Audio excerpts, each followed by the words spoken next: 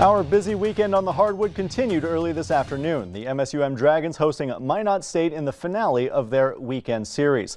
Starting early in the second quarter, where sophomore guard Mariah McKeever steps back, lets the defender fly by. Hold on, you'll get to see it. Here it comes, I promise. And then drains the jumper from the free throw line. McKeever getting it done again in the paint, this time with a quick little hop, skip, and a jump all the way to the basket to put the Dragons on the board. Look at that movement through the paint there.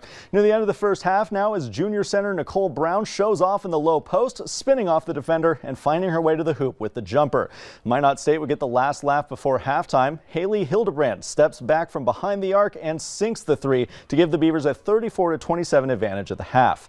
Minot State would hold on to that lead and defeat MSUM 65-61. Despite the loss, the Dragons did still have three players with double-digit points. Peyton Boom finished with 13 and Sarah Jacobson added 10, while Natalie Steechan and Mariah McKeever both finished with 11. The Dragons will be back in action on the 12th and 13th against the University of Mary. Both UND basketball teams on the road today, finishing up their weekend series against Denver. The men tipped off early this afternoon. Highlights starting near the end of the first half. Philip Rebracha working inside and makes it look easy from there, moving freely through defenders all the way to the bucket for the and one. Second half now as Tyree Inacho looks to drive in and is forced into an awkward shot, but he's able to get his own rebound and put it back for the 2 points. Less than a minute left now in the game, where Sabian Sims is left all by himself at the top of the arc and makes Denver pay, draining the three to regain the lead for UND. For the second consecutive day, this battle couldn't be contained to two halves and went to overtime. This time, Denver coming out on top 85-81. Rebracha once again leading the scoring for the Fighting Hawks, finishing with 16 points. Sims earned himself a double-double with a 13-point, 11-rebound performance. The UND women tipped off against Denver just before news time, and we'll have a recap for that one tonight at 10.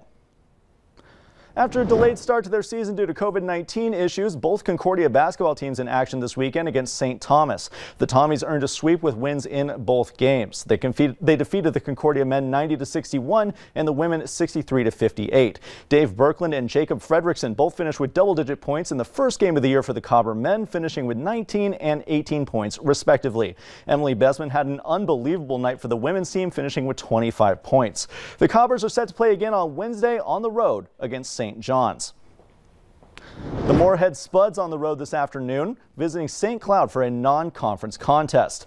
The trip was a success for the Spuds, leaving town with a 3-1 win. St. Cloud scored first with a goal from Connor Pajari just 5 minutes into the game, but that was the last time they would find the back of the net. Max Dronin lit the lamp twice from Moorhead to lead the way in scoring, while the third goal came from Gavin Lindberg. Will Kunka stopped 28 of the 29 shots fired his way to secure the win between the pipes. Brian, the Spuds are now 3-3-1 this year and will hit the ice again on Thursday when they host Roseau. Wow, that's pretty exciting. It's a fun weekend. A whole lot of stuff going on. I wish more of it was home, but I digress. That's awesome.